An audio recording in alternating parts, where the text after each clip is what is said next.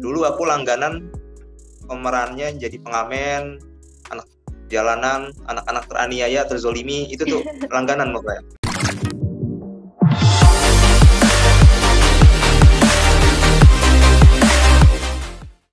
Assalamualaikum warahmatullahi wabarakatuh. Halo Kupmania semua, apa kabarnya nih kalian? Semoga selalu sehat ya, walaupun kita di rumah aja, tapi harus tetap produktif dan juga semangat nih di rumah. Oke? Buat kalian yang mungkin lagi tiduran aja, atau bahkan lagi istirahat pulang kerja, atau juga yang lagi galau mungkin. Nah, hari ini bareng saya, Afra Afifah, bakal nemenin kalian semua di beberapa menit ke depan di acara Kopma Talks. Informasi dulu nih buat kalian, acara Kopma Talks ini adalah acara Kopma Intermezzo. Jadi kita tuh ada perubahan nama dari Kopma Intermezzo jadi Kopma Talks. Nah, jadi kalian jangan sampai salah ataupun ketuker ya sama program-program kita yang nanti bakal diupload dan juga program yang kemarin yang udah kita upload juga. Nah, hari ini kita mau ngapain sih gitu ya? Kita hari ini bakal kedatangan seorang gestar nih. Ayo siapa gestarnya? Udah pada tahu atau mungkin udah nebak-nebak? Gestar ini pasti kalian familiar ya dengan namanya sinetron Kiamat Sudah Dekat. Jadi cluenya itu tuh, dia itu pemeran di serial sinetron Kiamat Sudah Dekat. Siapa sih? Mungkin kalian juga udah ada yang tahu ya. Jadi kita langsung aja. Ia ini lahir di Jakarta tanggal 18 April tahun 1995 dan juga dari SMA Negeri 28 Jakarta dan juga Universitas Indonesia. Keren banget kan ya? Oke, langsung aja deh kita ngobrol langsung sama Kak Sakurta Harapin Ginting. Halo Kak, apa kabar nih? Halo Afra, alhamdulillah kabar baik. Alhamdulillah ya. Afra gimana? Sehat? Alhamdulillah sehat walafiat ya, terima kasih Kak. Oke. Berarti di Bandung ya ini? Ya, enggak sih sebenarnya. Ini aku di Sukabumi Kak, di rumah. Karena kan sedang new normal juga ya, jadi kita pulang ke rumah lah ya untuk sama keluarga. Kak lagi di mana nih Kak?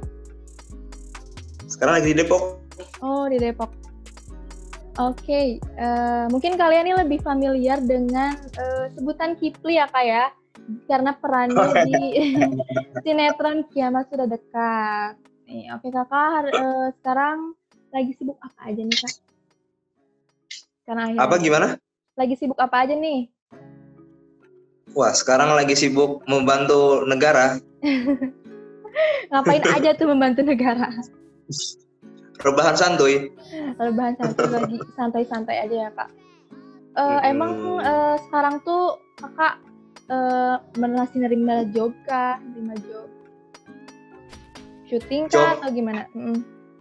Syuting, masih aktif syuting atau enggak?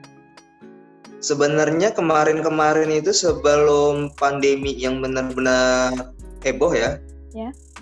Itu ada sebenarnya rencana bulan-bulan Agustus nanti nih. Tapi kan karena seperti ini ya nggak memungkinkan lah, ngeri juga. Jadi sekarang masih kita di rumah aja ya? Nurut aja dulu lah, nggak boleh liar-liar. Ya, tuh teman-teman bener banget, kita sekarang tuh di rumah aja, jangan kemana-mana lah ya. Untuk menjaga kesehatan juga ya, jangan sampai kena penyakit itu ya Allah. Sangat mengerikan ya teman-teman. Jadi lanjut lagi ya Kak, Kakak tuh kan di dunia entertain tuh dari kecil ya Kak. Jadi sejak kapan sih itu tuh Kakak mulai masuk dunia entertain, terus dikenal orang banyak tuh sejak kapan sih awal mulanya gimana? Kalau dulu sih mulainya umur sekitar 5 atau 6 kali ya. Kecil iklan ya? Dulu pertama kali. Iklan bank. Boleh sebut kan nih? Boleh dong. Oh boleh. Iklan Bank Mandiri dulu pertama kali. Terus habis itu dari situ kenalan sama teman, diajak lagi syuting sinetron. Cuma ya peran cuma sekali 2 kali doang lewat kelihatan.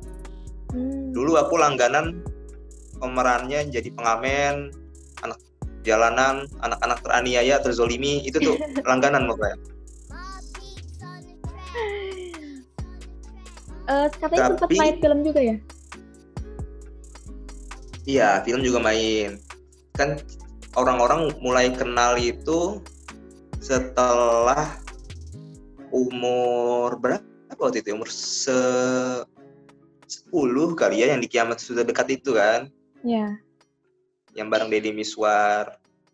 Nah, padahal sebelum itu sebenarnya udah banyak main sinetronnya, cuman ya nggak tiap hari, nggak per episode muncul. Kalau di situ kan per episode muncul, jadi orang-orang istilahnya baru ngeh lah gitu. Iya. Di film nih Kak, kan Kakak tuh juga banyak banget main film.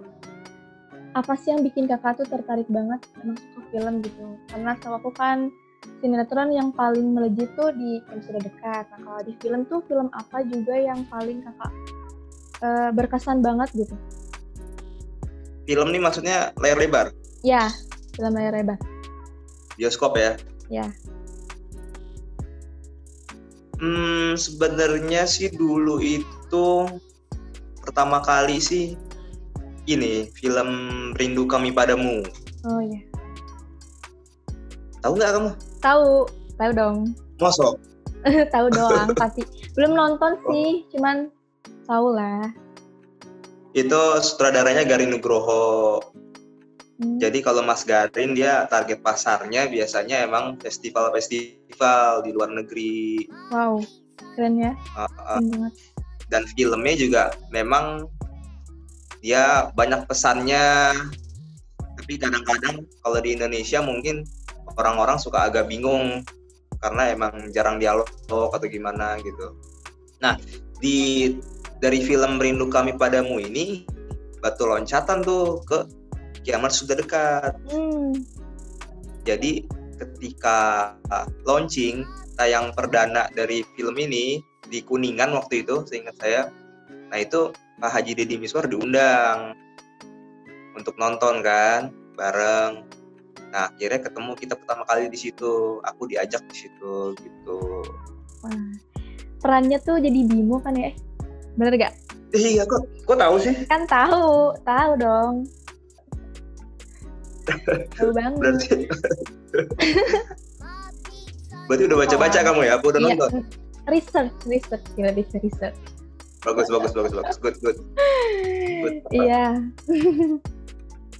Oke, apa lagi ya? Kalau misalkan film, di film itu Kakak lebih suka main film atau main sinetron? Kalau disuruh milih nih. Tergantung orientasinya apa. Oh, oke. Apa? Orientasinya apa kamu misalnya?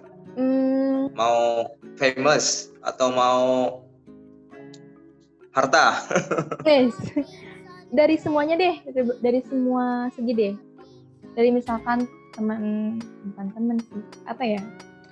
Kondisi syuting lah, temen-temennya lah, atau budget, fee-nya juga lah gitu. Kalau misalnya kalau dari aku sendiri sih film sih ya. Film. Tapi pun sebenarnya agak susah juga karena kan sekarang kan harus lebih selektif lagi kan. Nggak main asal gimana. Cuman kalau dulu untuk pertama kali banget kita juga istilahnya yang penting kita pengalaman dulu, kita dikenal orang dulu lah, kita ada nih berkecimplung, terus orang-orang ngeh, oh si dia nih karakternya ini nih, panggil dia aja. Nah dulu kayak gitu. Cuman kalau sekarang kan alhamdulillah istilahnya orang-orang udah lumayan tahu lah ya gitu kan, kalau mau butuh peran apa gimana, saya misalnya cocok atau enggak gitu kan, bisa panggil tuh. Tapi dulu ada yang lucu sih. Apa nih? Pernah dipanggil FTV. Ya. Dan itu temanya apa? Imlek, tahun raya Imlek. Terus aku bilang langsung kan, loh, masnya nggak tahu apa? Nggak pernah ngelihat saya gitu. Saya bukan keturunan Chinese istilahnya, bukan keturunan Tionghoa, aku manggilnya saya peran utamanya lagi gitu kan. Terus enggak kok mas, kita tahu, cuman ceritanya tuh begini. Oh, pas udah dikasih tahu ceritanya dikit, ternyata tahu dia, berarti emang bukan salah sasaran gitu. Berarti itu tuh udah bagus banget aktingnya, jadi semua peran bisa tuh dimainin. Gitu. Amin. Terus aku tahu nih yang sinetron serial TV di Net TV di Mimpi Metropolitan yang terbaru kan Kak? Aku ikut banget itu. Prima tuh gimana tuh kesan-kesannya di Prima siapa namanya? Prima siapa ya? Prima apa ya, saya kurang tahu. Gimana? Prima Irama. Oh, Prima Irama. Gimana tuh Kak di peran di sinetron itu, kan banyak banget tuh yang pengen season 2-nya. Jadi itu tuh ada season 2-nya nggak sih Kak? Gimana ya? Udah agak sulit sih ya, kita nggak tahu gitu kan. Mungkin ada tapi nggak tahu kapan gitu. Karena masing-masing dari pemain ini juga udah kesibukannya udah beda lagi fokusnya. Gitu. Emang Afra nonton? Nonton. Tapi belum semua sih. Sampai habis? Semua. Sempat kelewat juga. Sampai episode berapa? Episode berapa ya? Kalau nggak salah episode 6 atau 5 gitu. Pokoknya selang-seling ada yang ke potong-potong, jadi kurang inilah. Tapi untungnya di YouTube ada ya beberapa episode. Ada, tapi dia untuk aplikasi resminya bekerja sama dengan Zulu. Oh, oke. Boleh deh nanti. Atau bisa cek di zulu.id. Oke. Ini teman-teman yang mau nonton ya Mimpi Metropolitan tuh bisa ditonton lagi. Jangan risau. Nah, lucunya di Mimpi Metropolitan yang komen-komen pada nggak tahu juga kan, loh kirain pendatang baru nih yang jadi Prima. Wah, katanya gitu. Berarti pangling banget nih perubahannya nih. Yang nggak tahu mungkin merekanya aja yang jarang nonton saya kali. Tapi emang jarang juga sih. Makin kesini kan makin jarang kan. Ya fokus kuliah kali ya. Sibuk. Mau ngomong-ngomong kuliah nih, Kakak di UI itu jurusan apa sih Kak? Ngambil jurusan apa dan kenapa ngambil jurusan itu? Kesehatan masyarakat, epidemiologi. Wow, kok jadi ke kesehatan gitu ya? Kayak jauh banget gitu dari dunia perfilman. Kan maksudnya kirain tuh lanjut kuliah jurusan film atau acting gitu. Film gitu ya? Ternyata ke kesehatan gitu. Kenapa sih Kak milih ke dunia kesehatan? Sebenarnya ada nikmat yang sering kali manusia itu lalai dalam mensyukurinya. Nikmat sehat dan nikmat waktu luang. Dan kalau dipikir-pikir ya istilahnya kesehatan ini penting banget gitu loh. Kalau kita ngerti pencegahannya, promotif, preventif. Kayak yang sekarang lagi terjadi ini kan pandemi. Padahal dari masalah istilahnya dari perilaku kita, kalau kita bisa hidup bersih, cuci tangan kan, sebelum makan, sebelum berinteraksi gimana, setelah berinteraksi, kalau kita bisa menerapkan pola hidup bersih dan sehat, aman-aman aja kan. Cuman kadang-kadang orang nggak ngerti juga tata cara etika misalnya batuk atau bersin, lain-lain. Istilahnya ilmu-ilmu dasar banget. Mantep lah kalau di kesehatan gitu loh. Karena orang istilahnya kalau udah nggak ngerti, udah sekalinya kena sakit, biayanya bengkak kan. Terus belum lagi waktunya kan. Terus istilahnya orang-orang sekitar kita jadi pikiran lain-lain gitu sebagainya. Dan memang kesehatan di Indonesia masih istilahnya masih perlu perhatian khusus lah. Gitu sih ngeliatnya. Asik, gaya banget. Keren banget gitu kan. Nah, di UI ini kakak tuh ikut Kopma ya, Kak? Ya. Wah, keren nih. Gimana nih ceritanya? Fakultasnya kan FKM. Oh ya, Fakultas Koperasi Mahasiswa. Lulusan situ ya, apa SKM, Sarjana? Sarjana Koperasi Mahasiswa. Oh iya, bisa. Bisa lah ya, bisa. Nah, kenapa nih awal mulanya gimana nih tertarik masuk Kopma tuh kenapa sih Kak? Kan Kakak tuh artis gitu, seorang entertain kok jarang kan sekarang tuh artis yang ikut koperasi lah, apalagi sempat jadi ketua kan Kang? Iya dulu, alhamdulillah diamanahkan ketuaan. Jadi dulu itu sebenarnya aku dari sekolah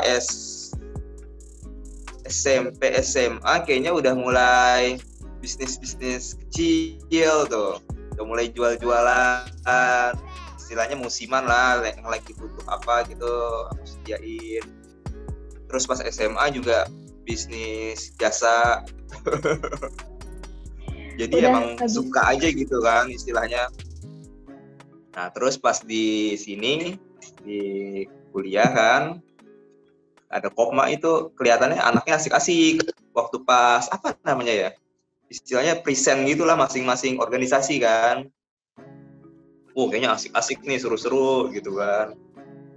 Ya udah cobalah di situ ikut. Namanya juga masih maba lah dulu kan istilahnya. Terus akhirnya ya udah kepincut istilahnya, lanjut terus jadi staff, jadi kepala divisi, sampai akhirnya jadi ketua umum gitu.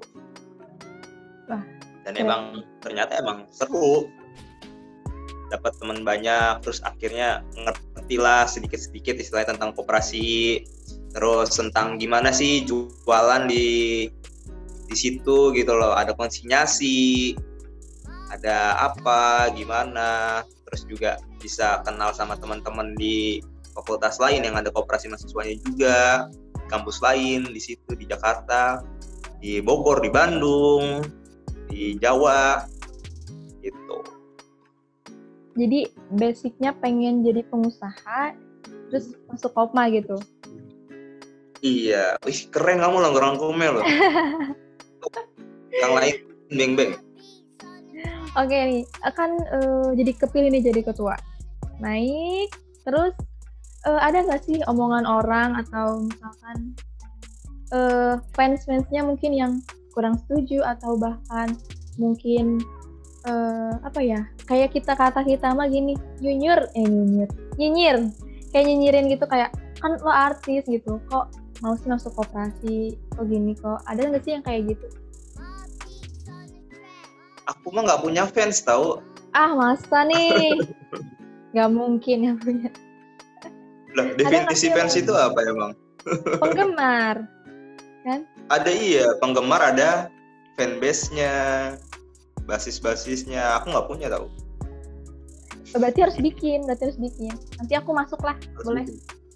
Waduh, nggak kamu aja yang jadi ketuanya? boleh tuh kalau terpilih, saya mau kok. Kalau yang nyinyir sih kayaknya nggak ada ya, karena mereka juga senang sebenarnya dengan kehadiran Kopma kan, apalagi kalau misalnya kelas-kelas yang sore menjelang malam tuh, anak-anak bingung cari jajanan, cari makanan, Kopma jadi solusinya gitu.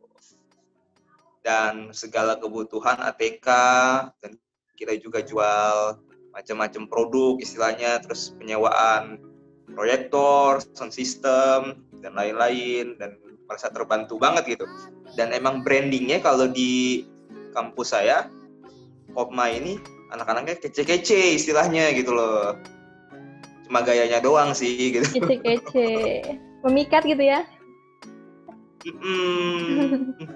Atraktif lah. Aktif banget lah ya di kampus. Lanjut nih yang tadi, kakak kan jadi ketua nih, terus edik banget di organisasi. Gimana sih kiat-kiatnya Kak bisa aktif terus di organisasi, bisa terus semangat gitu di organisasi, kiat-kiatnya gimana nih Kak? Aku juga nggak ngerti ya. Dulu kayaknya energi aku banyak banget gitu loh. Wow.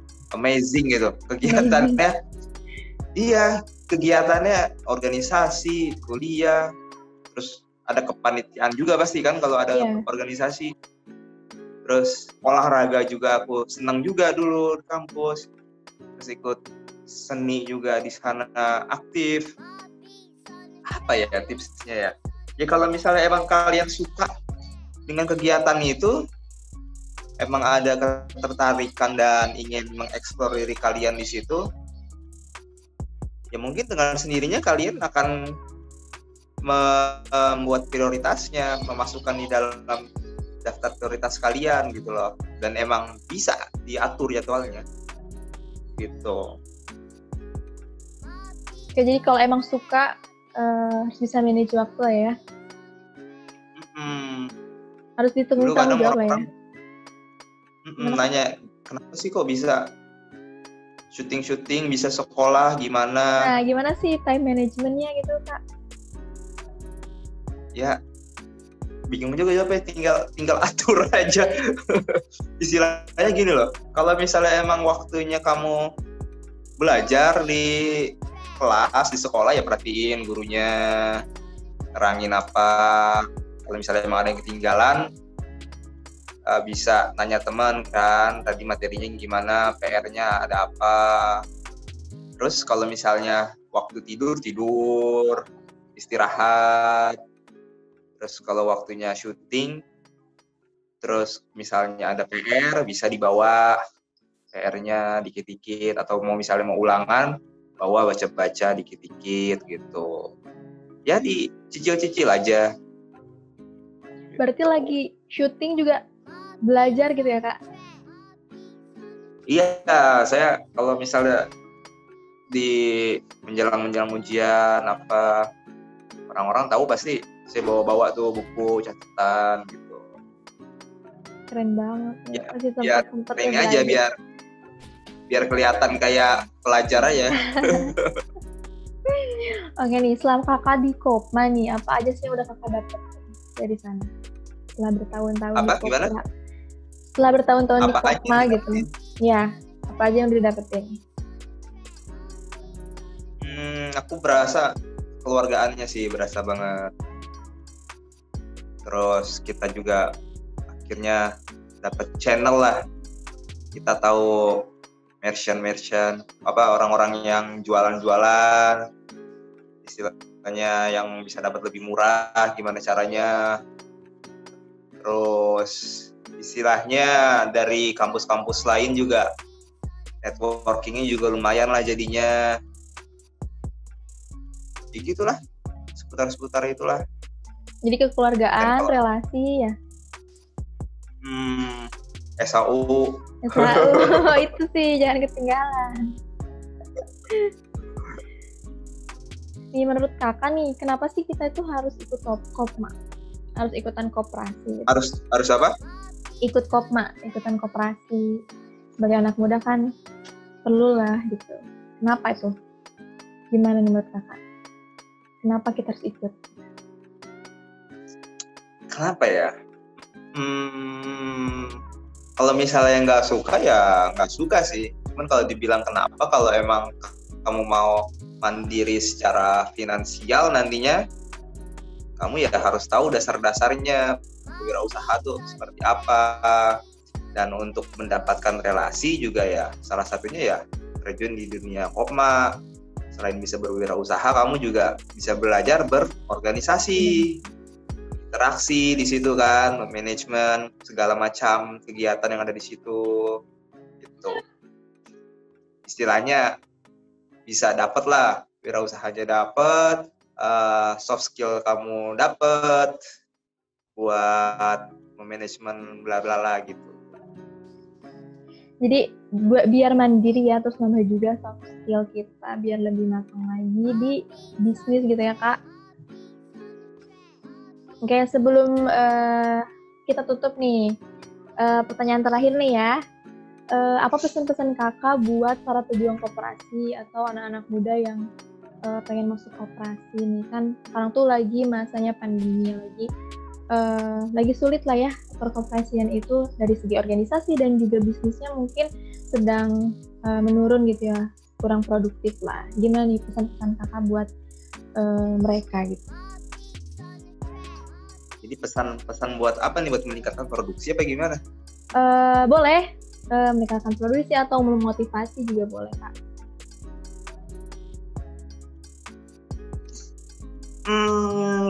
kalau yang aku tahu sih ya zaman berkembang ya. Jadi di zaman seperti ini ya kita harus pinter-pinter lah istilahnya memposisikan koperasi mahasiswa yang sekarang ini dengan kondisi saat ini gitu loh. Inovasi-inovasinya dikembangkan karena apa yang ada kemarin-kemarin belum tentu cocok dengan zaman sekarang ini gitu. Terus up to date lah dengan berita-berita yang ada dan momen-momennya itu penting banget gitu loh. Apalagi misalnya Afra di bidang humas ya. Iya, betul. Nah, istilahnya garda terdepannya lah gitu kan dari Kopma BSUI dan harus bisa menjaring-jaring informasi yang ada, gimana sih bagusnya, lain-lain. Kalau untuk peningkatan produksi paling ya karena online nggak ngerti juga sih aku, paling dikencengin di jasanya aja kali ya kalau emang butuh jasa apa, misalnya pulsa kah, kuota, atau jasa bikin apa misalnya kan bisa dikencengin di situ. Atau mungkin ada antar barang gitu nggak ada? JNE sih ada, kita bisnis JNE. JNE, iya gitu. Udah dapat nggak? Apa? Dapat ya, kita harus up to date gitu ya, harus up to date, ikutin zaman sekarang lah ya, dan memaksimalkan usaha-usaha yang sekarang dibutuhkan gitu ya Kak ya. Oke, cukup mungkin ya Kak. Setelah kita berbincang teman-teman dengan Kak Sakurta, semoga bisa menambah semangat kita dan tetap semangat untuk berkontribusi gitu ya dalam koperasi mahasiswa. Nah, terima kasih ya Kak Sakurta telah meluangkan waktunya bersama kita di Kopma Talks hari ini. Dan semoga kita tuh bisa berjumpa lagi Kak di lain kesempatan ya. Amin. Amin. Dan gak kerasa ya kita sudah ada di penghujung acara. Mudah-mudahan acara ini menghibur untuk kalian dan juga menambah motivasi kalian untuk maju ke depannya. Mungkin sampai jumpa di episode selanjutnya, Kopma Talks episode selanjutnya. Siapa lagi yang bakal kita undang, siapa lagi yang bakal kita ajak sharing-sharing. Jangan lupa like, comment, and subscribe ya. See you. Wassalamualaikum warahmatullahi wabarakatuh.